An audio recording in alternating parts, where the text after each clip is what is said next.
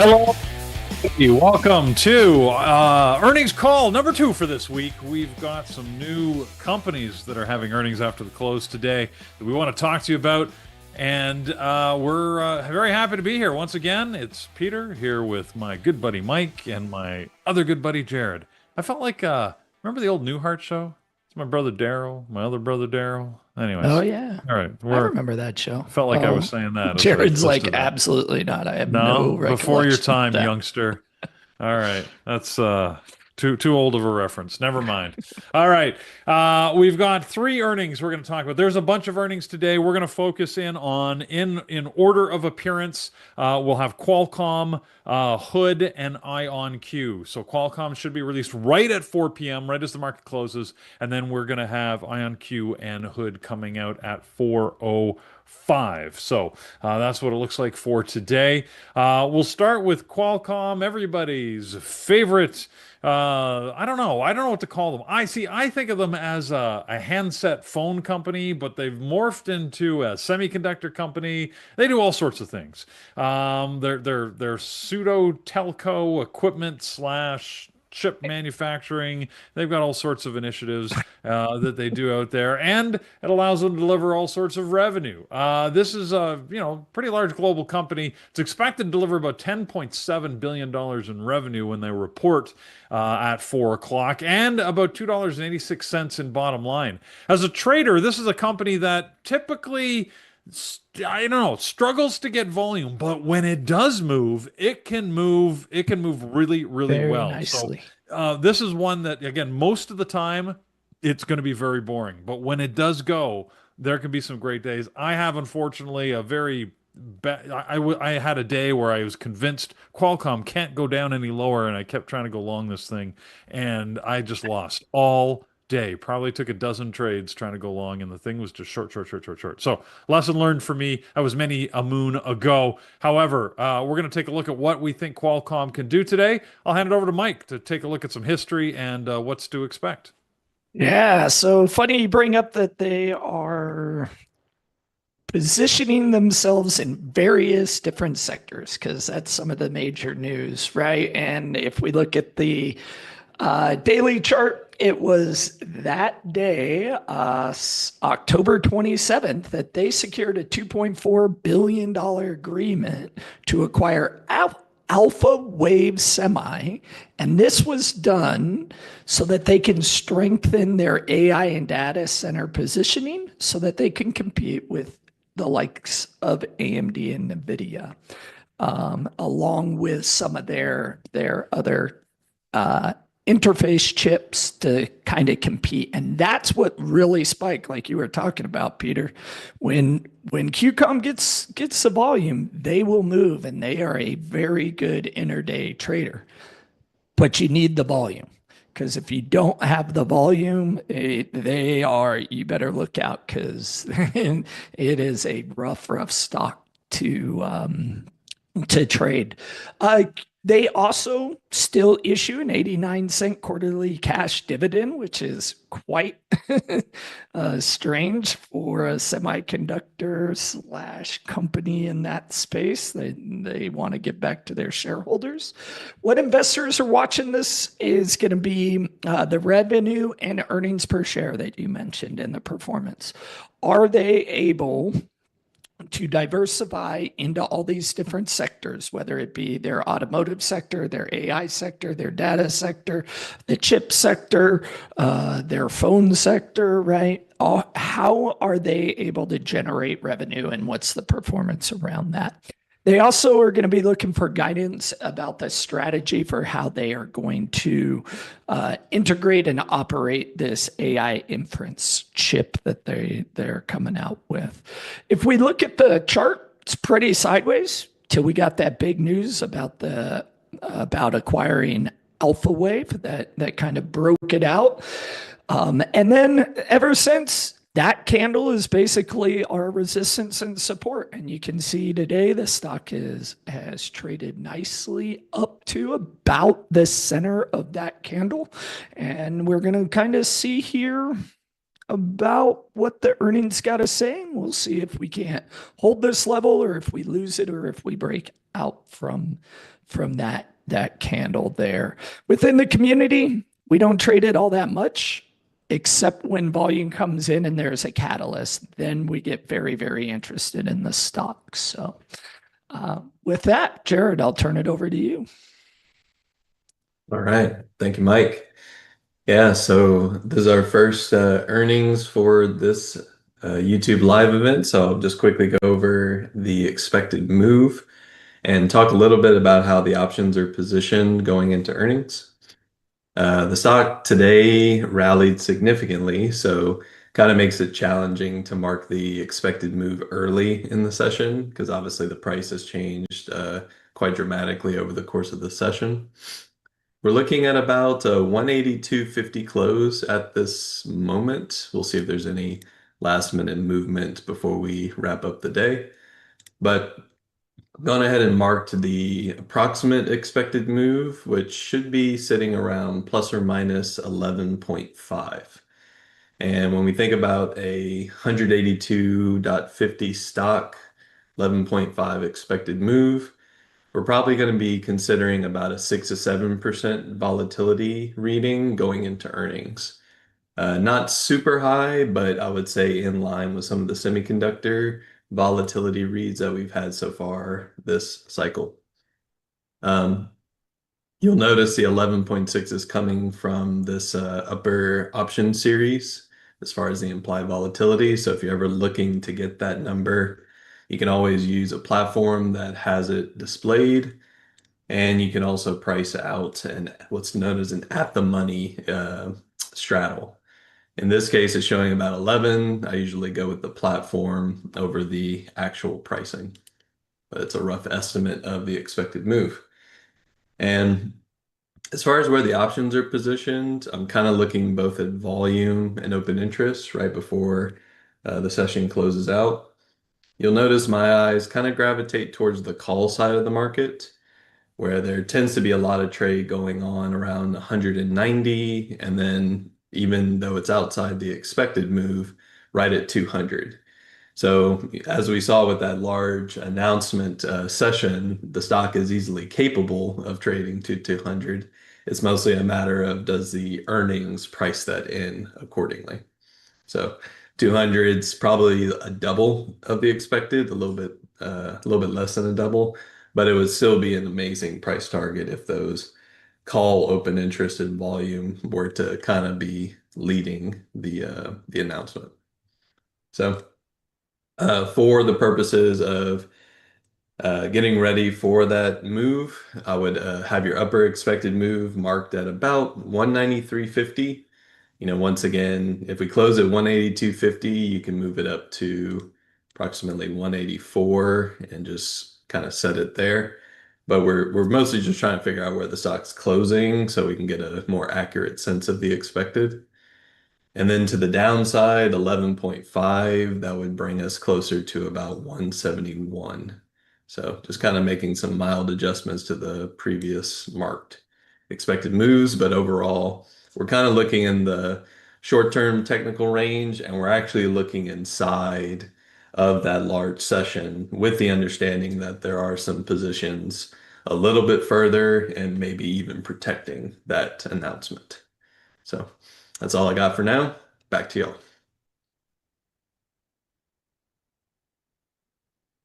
Hey, Peter, you're on mute. Yeah, I'm mute, Peter.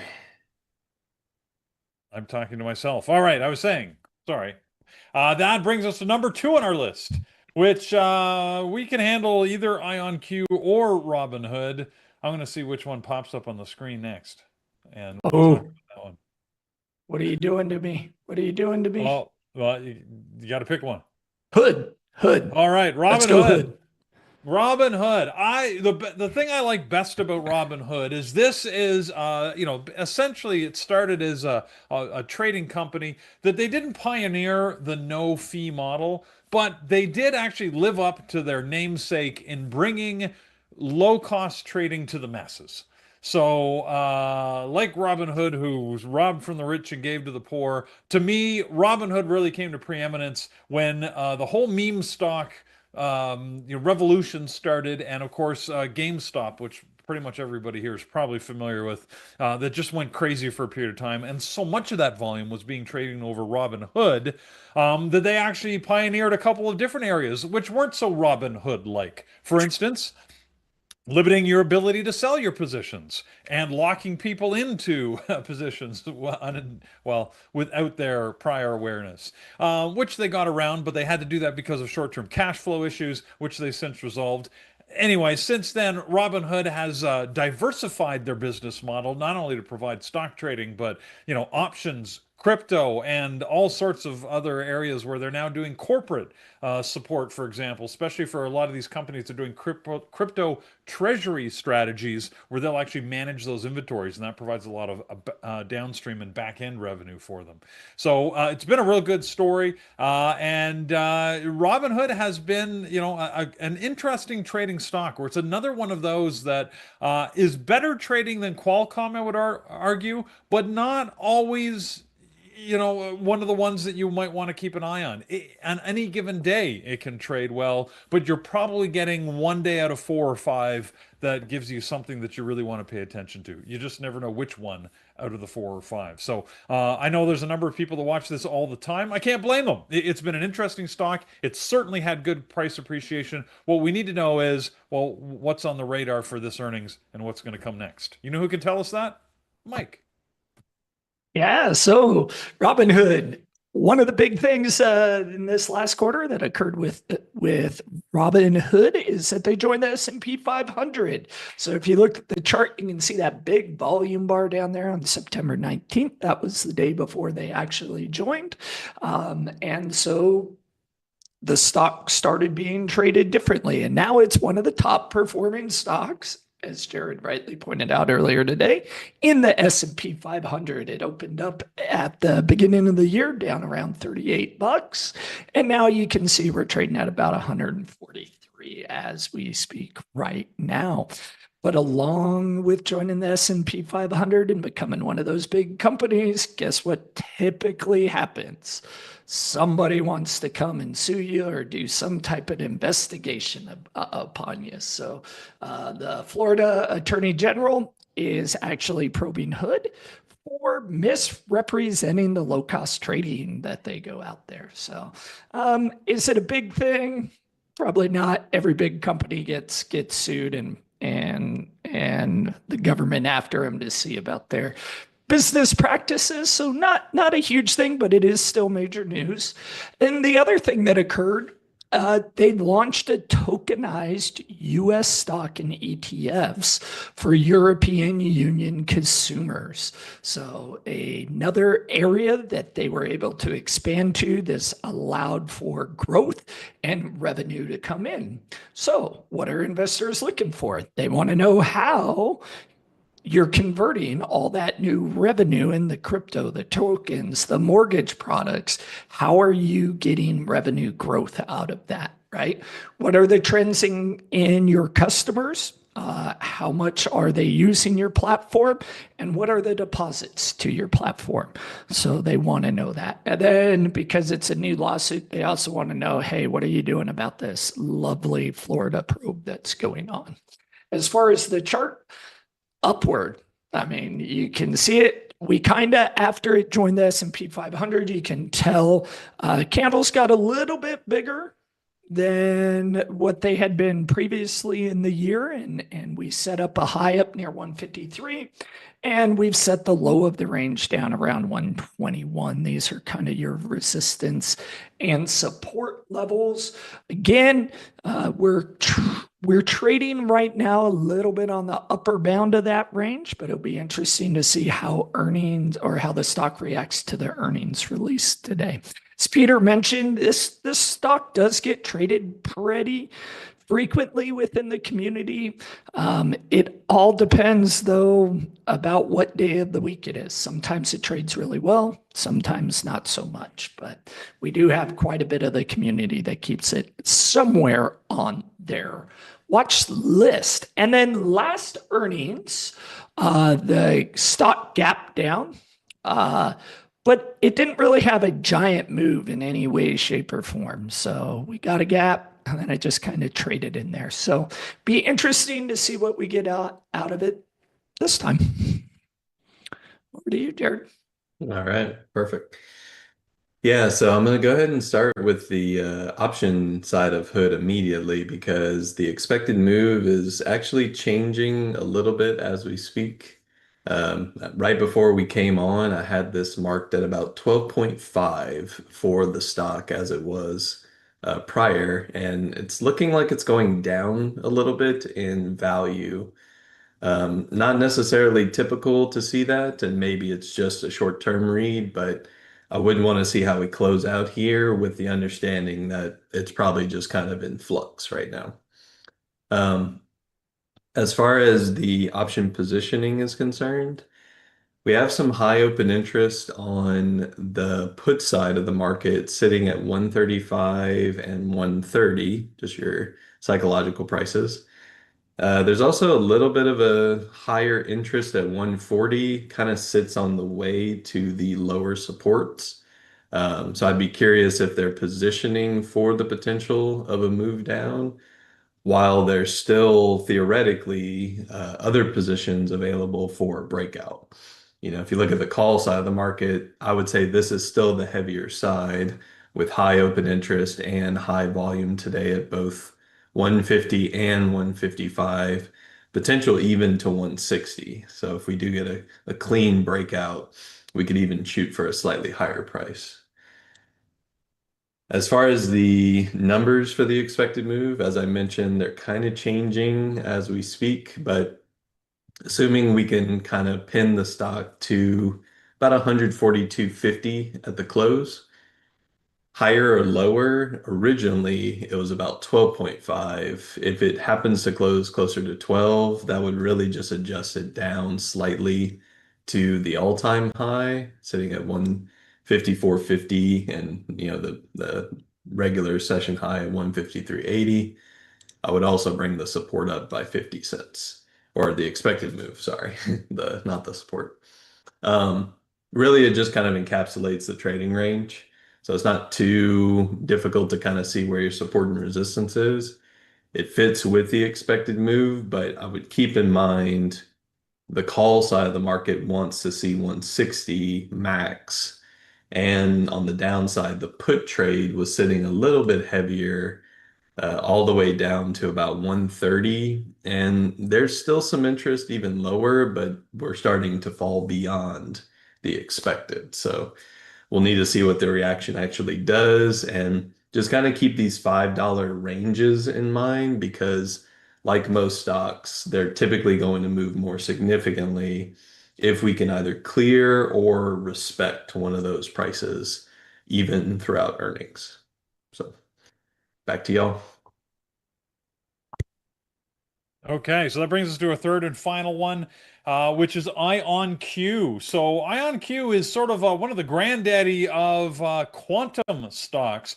It started trading publicly in 2021, which makes it really old by quantum stock, relative age. It's an interesting company. It's quite small compared to those that we've been reviewing.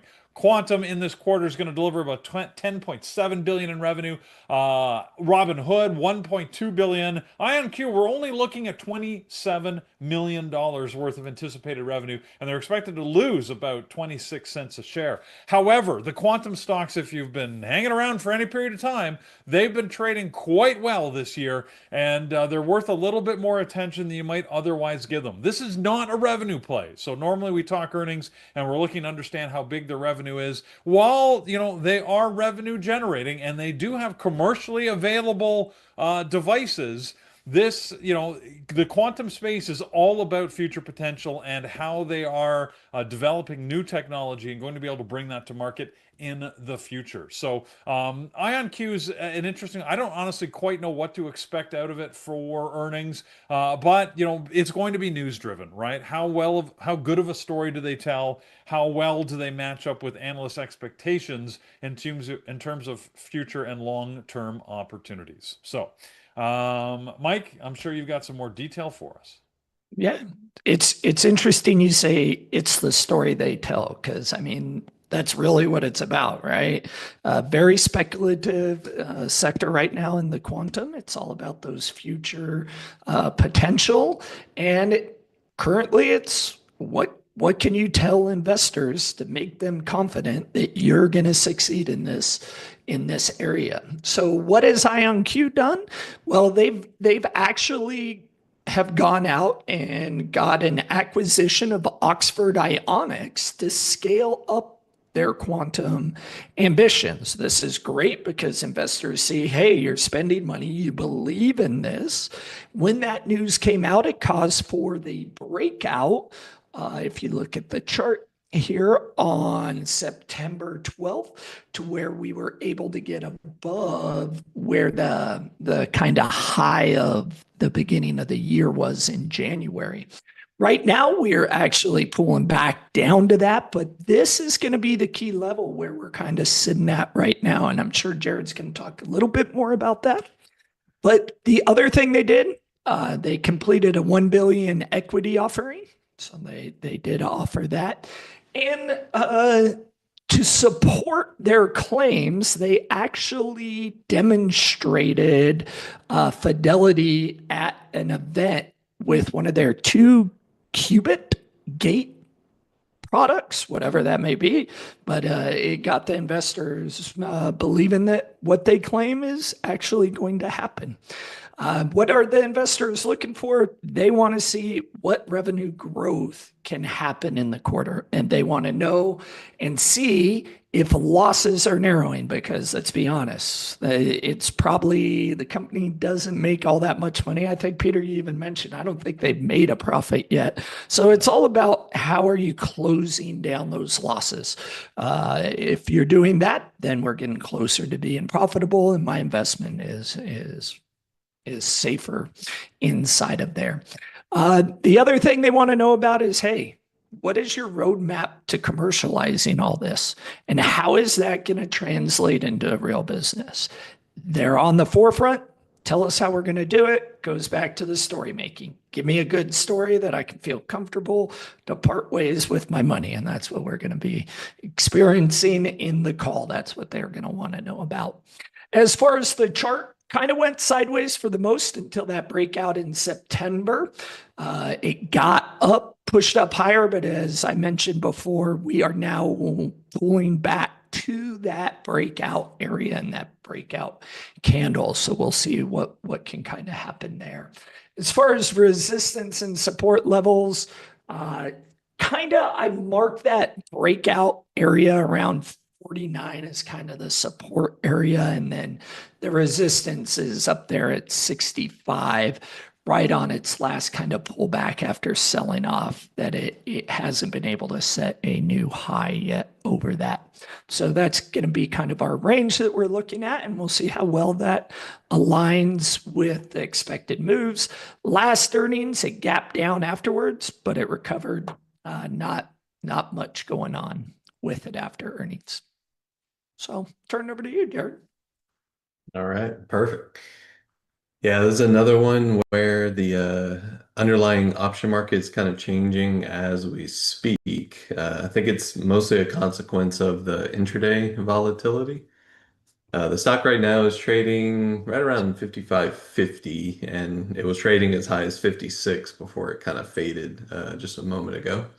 But the expected move for this particular stock is ±6. And our option market kind of changing those numbers dynamically, but I'm going to just lock that in at about 6 for now. No matter how we close out, that's over maybe like a 12% volatility for a $55 stock. or at least we're at least in the 10 to 11% volatility. The other two tickers were sitting closer to 6, and then Robinhood was sitting at about 8% volatility. So this is going to be our most percentage volatile stock. But given the price of the shares, we just kind of equate it to the numbers that we're targeting. So assuming I can trust the expected move and the fact that we're looking to close around hopefully 55 just to make the math easier. We'll make the expected move sit right around 49, kind of draw that down a little bit after the fade. And then our upper expected move with a close of 55 will be looking a little bit closer to about 61. Now, keep in mind, this is just a quantitative kind of read. It's what's implied for the stock. Obviously, there's some technical levels to consider. And like we did with the other tickers, you may want to look at where the option market is positioned. The only difficulty with this one is that the options aren't as heavily traded as the other two names as far as overall volume and open interest. So numerically, I don't see anything of high note outside of the psychological $50 strike. And to the call side, a little bit of positioning at about 65, which sits outside the expected move, but would bring it over some of the more recent price pivots that we had about a week past. So, other than that, I think Mike did a good job with the technicals. The only thing I'll say about this one, really heavily hit to the downside recently. We've actually been seeing a lot of downside in some of the high beta stocks, and this one sits in a high beta sector. So, significant drawdowns from their all-time highs, most of them 30 or 40% down after about October 16th. That's approximately when we started to see the selling. So that's all I got. We are Yeah. patiently awaiting our 4 o'clock time frame for our first name. Indeed. Indeed. And I'm looking, all three of these stocks are moving lower right now as we head towards the close. So, Yeah, QCOM and Hood both over the day pushed up nicely until this last half an hour or so in the market. yeah. Really kind of started to sell Unlike off. unlike Apple that I was trying to trade as a 1 to 10 while we were talking here, got myself into a trade and it got a great spike down right down to VWAP, but it was so fast I didn't catch it and it stopped me out at break even. So that didn't yield me any love. But what can you do? Remember that just keep in mind, everybody, Qualcomm comes first, right at 4 o'clock. We should see the earnings come out, and we'll see the responding spike, whether it's up or down in the price, most likely.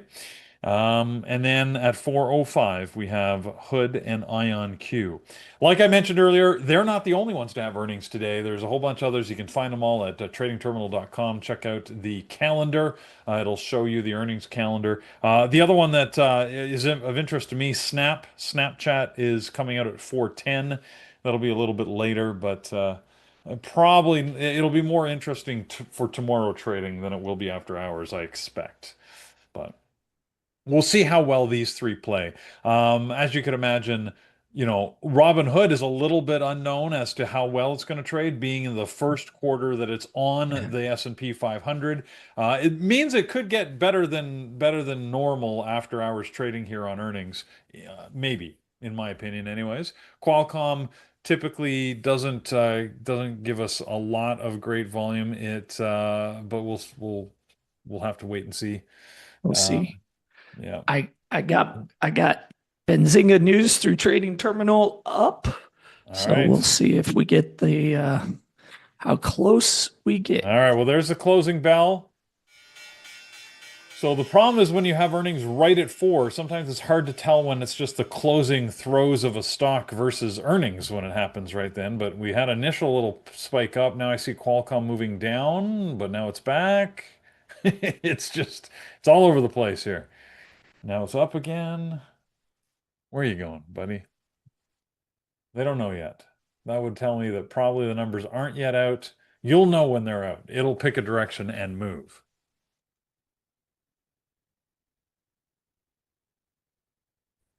Right, let me actually look at the Atlas tool on Trading Terminal as well, because that'll tell me where volumes sit. Grew 18%. So it beat earnings per share, $3. And sales was a beat as well. So beat top and bottom for Okay. Qualcomm. Yet they're dropping. And yet we drop. Yeah. All right. So Well, sometimes the movement direction is not always clear when things first start. Also, it could be yeah, dependent on what their guidance is. So, guidance for Q4 and for the balance of the year is often what people are looking for. That often follows the first set of numbers, which is just the past yeah, quarters. they did adjust their quarter one adjustments. So, but they raised them from the previous estimate. So Quarter one they, adjust. Oh, what's their fiscal year? Is this their Q4 they just released yeah, then? Q4. Oh, so they're on like a weird annual cycle then where their year just ended. Yeah, Okay, interesting. That's different. Most companies have yeah, different different cycle. It's either calendar or their year ends in March. right. So, So interesting. Didn't get any so far. Yeah, Not really testing the no. expected move on the No, sitting downside. well within that expected move. So, yeah, we're mostly sitting within the session range and some of yesterday's price action. So I'm kind of seeing we moved down initially, but we kind of bounced off of previous day close. So if they are selling it, I would want to see, like Mike is saying, a little bit further down before I take any sort of contrarian type of movement. one of the things we were Yeah. commenting on yesterday, this earnings season has been less explosive than others. Otherwise said, it's been boring. There hasn't been as much movement as we often see in these quarters. So I'm not sure if that's an effect, a side effect of the fact that the markets are a little bit uncertain right now with the government shutdown and the lack of data, a little bit economic uncertainty. I don't know if that's having the impact or, it's just that this is the in-between quarter, right? We're sort of after we're before the end of the year type settlement activities. We're after the summer announcement season. We don't it's just one of those periods where We we don't just know. don't know yet. Yeah. Yeah. And not seeing It, much on Qualcomm here. it could also be, don't forget, we've got Tesla, Nvidia, which reports late, always reports late, right? And there's no question the giant gorilla of the market right now, right? The only company ever to have spiked over $5 trillion in valuation, and everybody looks for Nvidia's earnings. So I mean, it could be a little bit of nobody wants to do anything major until we know what the heck where Nvidia's going. Mhm. So I'm Uh, taking a small long position off of Qualcomm 175 orders. Trying to okay. see if I can get to 180, but I Mhm. got half my fill right next to it, and you might have heard me yeehaw a little bit there. Yeehaw.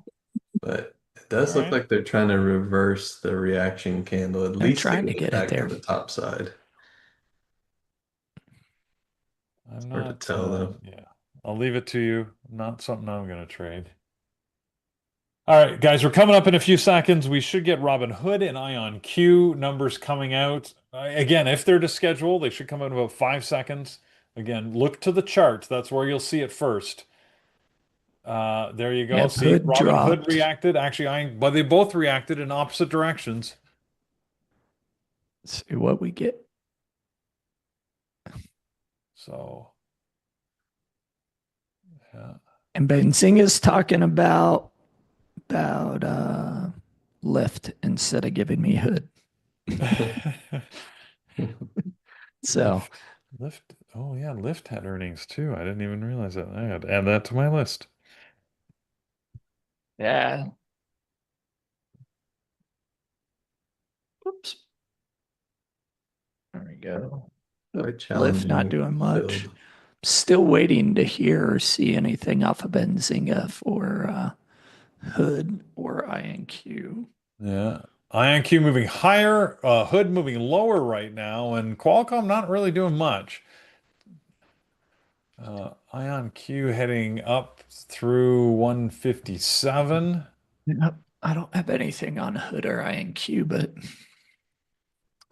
So quick reminders, Hood about 11.5 expected move, closing out at 142. So we're kind of looking at about 130.5, maybe 131.5 areas, along with the all-time high. I would say just look for the all-time high if you're bullish leaning. And then IonQ, we were looking at a $6 expected move. IonQ's pushing up. Yeah. Still nothing. Don't see anything on either one of them. Interesting. There we I go, mean, Jesse. Nice. Thank you. everything is moving well within the expected range. So that is pretty lame. Lame. So Hood's Hood oh, yep. supposedly beat on revenue, according to Okay. Jesse's here.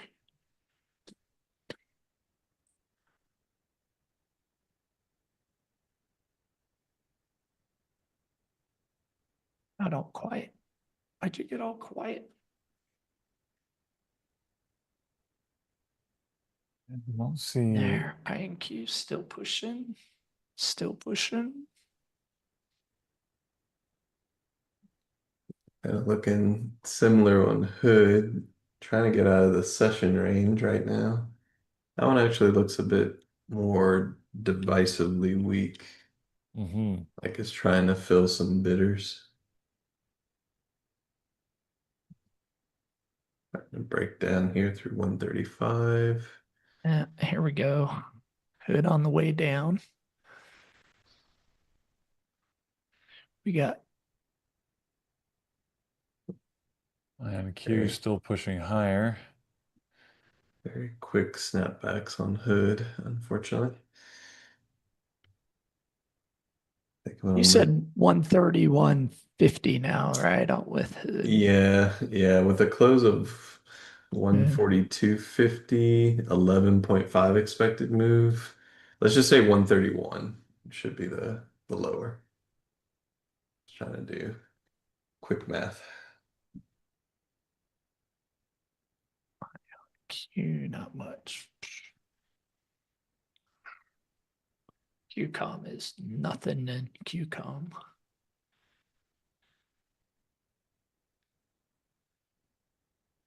Hood not doing much.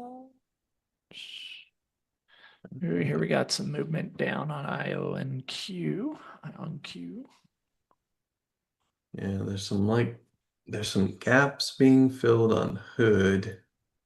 These are all technical areas, but I would prefer to see something a little bit more decisive at the ranges we're looking for. Even IonQ is kind of fading from probably some resistance up here a little bit, but not Mm. quite what we would expect. Yeah. Pretty quiet, pretty quiet. So Very yeah, quiet. it's that happens, guys. You know, you never know on earnings whether what you're going to get, whether it's going to go crazy or you're going to get something more like this. ARM Where came out as well. They beat on earnings per share and they beat on sales. What is their which one's that, Mike? ARM? ARM. Oh, that's another one I wasn't even looking at. So, and just like every other stock today, not much of anything. What about APP, App 11? App 11, yeah, it's another one that I saw. APP. That one's a higher price stock. Moved a little higher since earnings announced. Yeah, I haven't. Uh, I got to believe that is well within its expected range, having gone up about $30 from the close. Yeah, I it's don't showing have about any reports on them. nothing. Okay.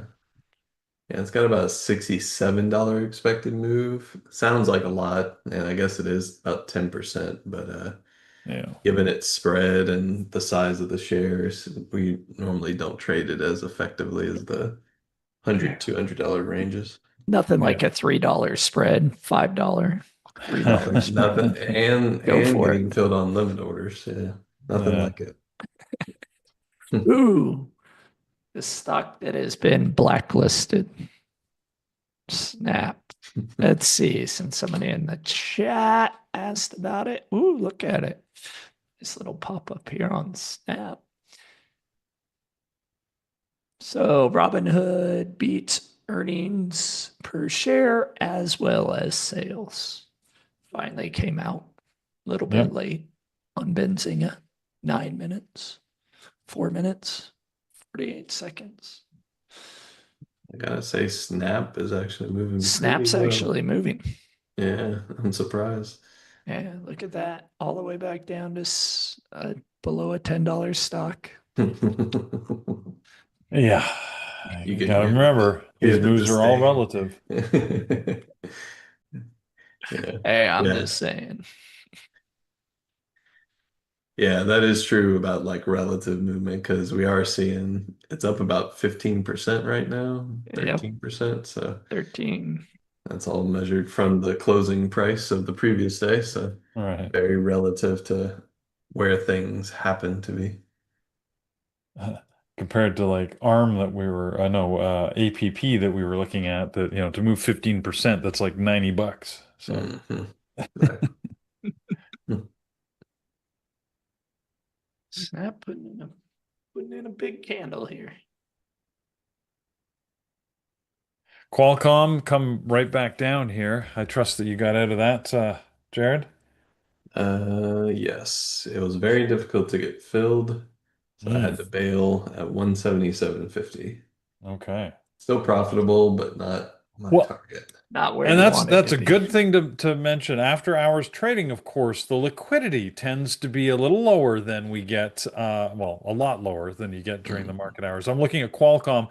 It's only trading about, I don't know, 15,000 shares a minute here, spiking at about 40,000 shares a minute. So I could see that, right? Where it could be a little tougher to get a fill at your targeted price because there just might not be any takers for the other side of the trade. Exactly. As opposed to, things that trade, 50 to 100,000 shares a minute. So, Yeah.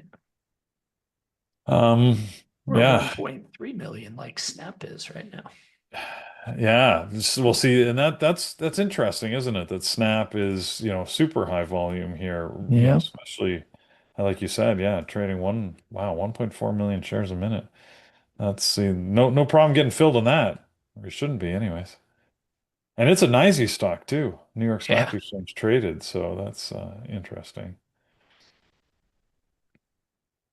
Hearing some technical resistance on Snap, but since we're watching it, I figured take a look Oh, at the yeah. expected move. Wow. Only about $1.16, so we're We're definitely way. definitely exceeding that at the Yeah. moment. Well, we're right in that range though, because well, the close Mm, was no, I think we're exceeding because it would have been Yeah. about 8.5. oh yeah, you're right. Sorry. Yeah, I It was looking at the wrong candle here. So yeah, you're right. We closed at about 7:30, 7:35. There's a big gap on Snap August 5th. Yeah, Mhm. August 6th, it gapped down pretty big. It looks like they're trying to Yeah, close that gap fill right that now. gap. I'd be curious. This is a stock that loves to go back to $10 a share. I wonder if they can do it all overnight here. It loves being a $10 stock. Well, I'm sure they'd love being back at an $80 stock. Oh I would like it. yeah. But they weren't there for very long. No, they weren't. Might be a little Qualcomm bit of and IonQ did absolutely nothing. little bit of Yeah. difficulty here at 9 on Snap, but Wow. There you go. I mean, this is the other thing that earnings is proving to us. You never know which of these is going to be the one that decides to make the move. Today, it seems Snap. Snap is the big mover. See what it does around 922. Hmm. It's the bottom of that gap.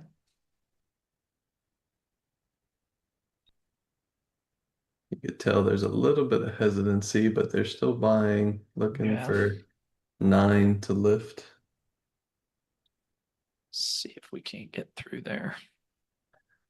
Ooh, yeah, they're sticking to the buy side.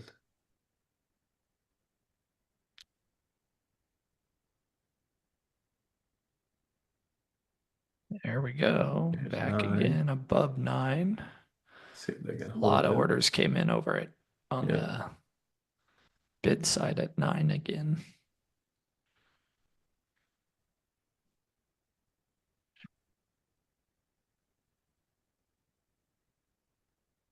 So far, so good. Will, you were trading Hood, were you? Yeah, it's none of these were particularly easy. IonQ up and back Yeah. down right now. Hood went down and then back up. Now it's losing ground again. Qualcomm still in the range it's set with that first candle right at the close. So yeah, nothing. I mean, again, Snap is really the only one of everything I'm watching that's moving. Even Lyft dropped, but in the last 10 minutes has been sort of bouncing in a sideways range. All right, Snap, now's your chance. Here we go. I We're think gonna do 905. these are always great candidates for tomorrow. Anytime they don't go to their expected, I'm almost looking for the next day to be Hmm. kind of a finisher of that move, but it's always nice to get it ahead of time too. There we go. There we go. 9 cleared on Snap. Had to go over it, hold it, dip and rip. Couple little movements there. It is just straight buying right now on that one. 921. Funny how the most interesting one is this guy. 921. 921.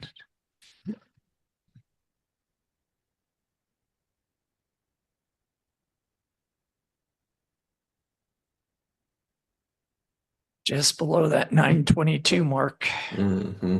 Yeah, it was pretty accurate Just there. the gap. I gap at 929.22. That seems like a pretty decent inflection price for now. About 9, what'd you say, 925? And then the swing highs about September and October. Yep. That swing high is 928. Yeah. Well, Sometimes it's technical, sometimes it's option based. Gotta kind of know a little bit of both. All right. Well, I think I'm all set. I did what I could, and none of the stocks hit the objective, so feeling a little lackluster here. But It's a yeah, lackluster day. I yeah. can't blame my analysis. I blame the tickers and the fact No, that they it's didn't not the do analysis, that's for sure. You it. can't take responsibility for that unless you have more Right. powers than I'm aware of.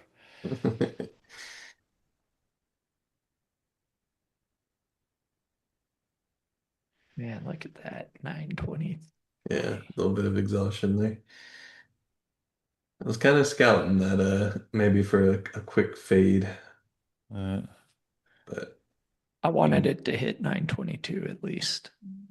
you got close, didn't it? Yeah, 1 cent. 921.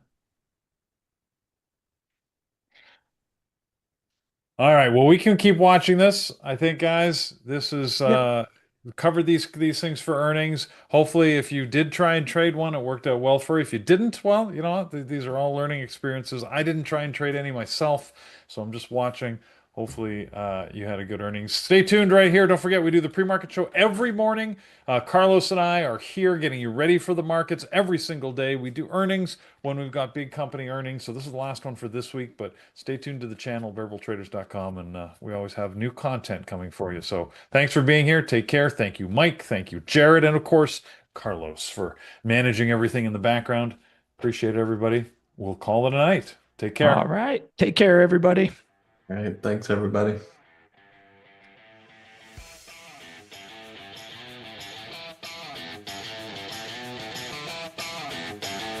Thanks, Carlos. Thank you, Carlos.